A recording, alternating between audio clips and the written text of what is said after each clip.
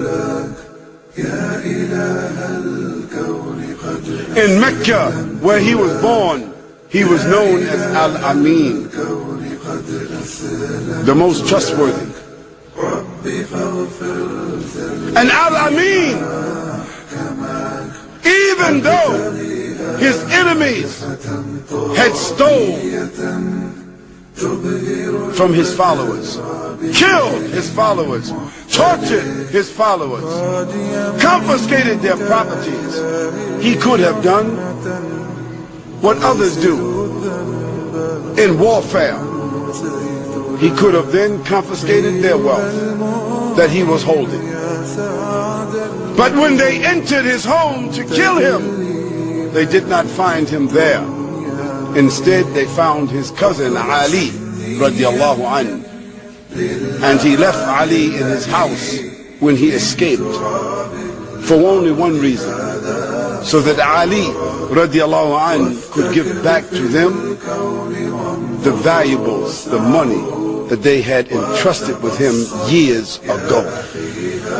Can you imagine a man who is hated for his message, opposed for his message, sought to be killed, yet those people who hated the message and sought to kill him, they never thought to come and say, give us back our money, because still they trusted him, because they knew there was no one with more trust in Mecca than Muhammad sallallahu alaihi wasallam. He was that pious, he was that shy, he was that gentle in his speech. Yet it was said that when the Prophet sallallahu alaihi wasallam was met on a battlefield, he was ferocious in defending Allah subhanahu wa ta'ala.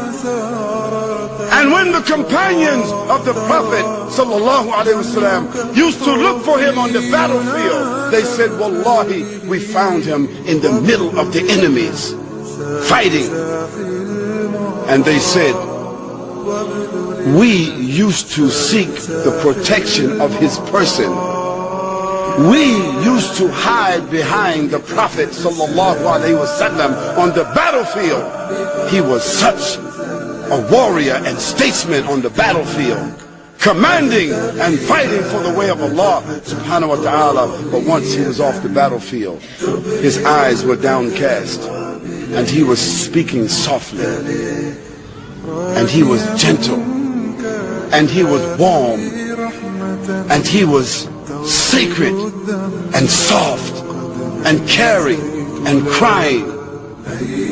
The Prophet sallallahu alaihi wasallam never wore silk, he never wore gold, he never dressed arrogantly, he never dressed ostentatiously, he never walked proud, arrogant, he never appeared in front of people like he was a king or an emperor, even when he was the absolute ruler. This was a man receiving over the period of 23 years on a daily basis. Intermittently, he was receiving the 6,626 verses of the Quran over a period of 23 years. Receiving the revelation, and when it came, they said his body shook. His body shook, and if someone's hand or leg was under his, it felt as if their hand or their leg was being crushed from the revelation coming down.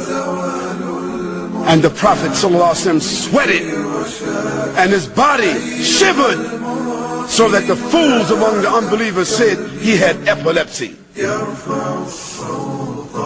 because they could not explain what was happening to this man. I told you earlier that Allah subhanahu wa ta'ala said, had he sent this Quran down on a mountain, it would have crushed a mountain. So what do you think it would have done to the heart of a human being?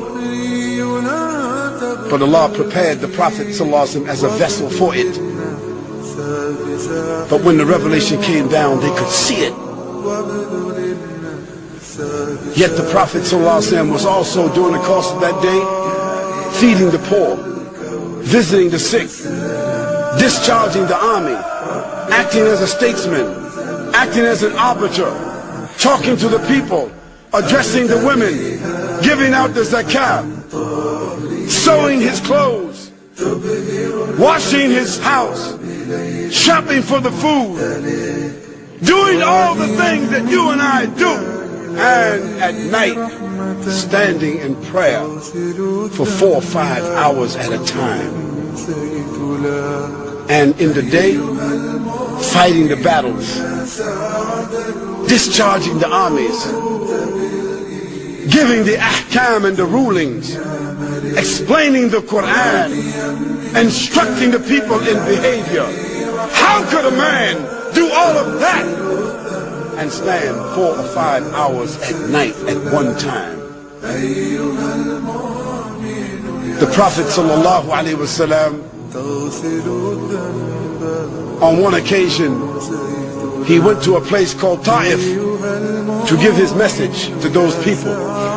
Ta'if is a high place, maybe 60 miles, 50 miles from Mecca, and he walked there. And when he arrived there, the nobles of that city,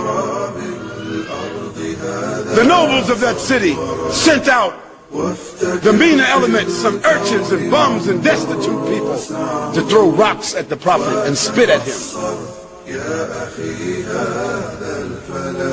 And he bled, and he cried, and he sat down on the stump of a tree or on a rock, and he was questioning himself. Why I was not successful in talking to these people? What is it that I'm doing? I'm inefficient. And Allah subhanahu wa ta'ala sent Jibreel alayhi salam to say to him, "O Muhammad, Allah subhanahu wa ta'ala says, Salam alayk." Allah subhanahu wa ta'ala says to you, Salamu alaykum Muhammad.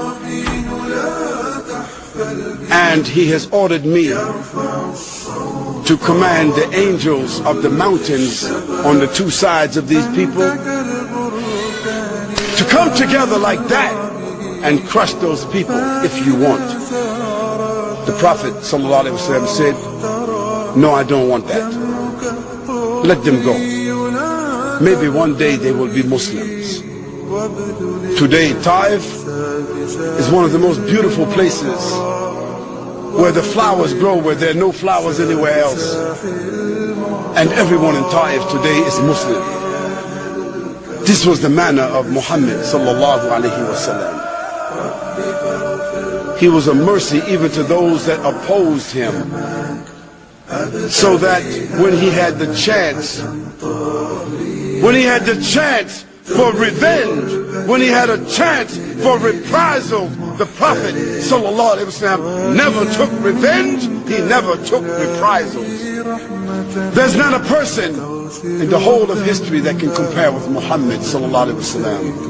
Not a Confucius, not Gautama Buddha, not Alexander the Great, not Bonaparte Napoleon, not Julius Caesar, nor Constantine, not Mahatma Gandhi, not King Richard or King Ferdinand, not Winston Churchill, not Charles Darwin, not Mao Zedong, nor Deng Xiaoping, nor Karl Marx, not Albert Einstein, not Martin Luther or Martin Luther King Jr., not George Washington, not John F. Kennedy, and certainly not Bill Clinton. Not Tony Blair, nor John Howard, nor George Bush Sr. or George Bush Jr.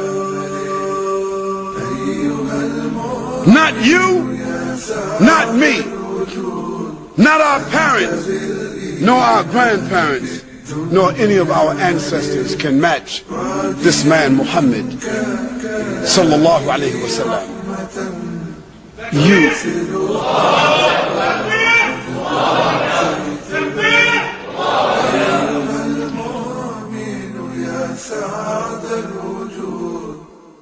أنت بالإيمان في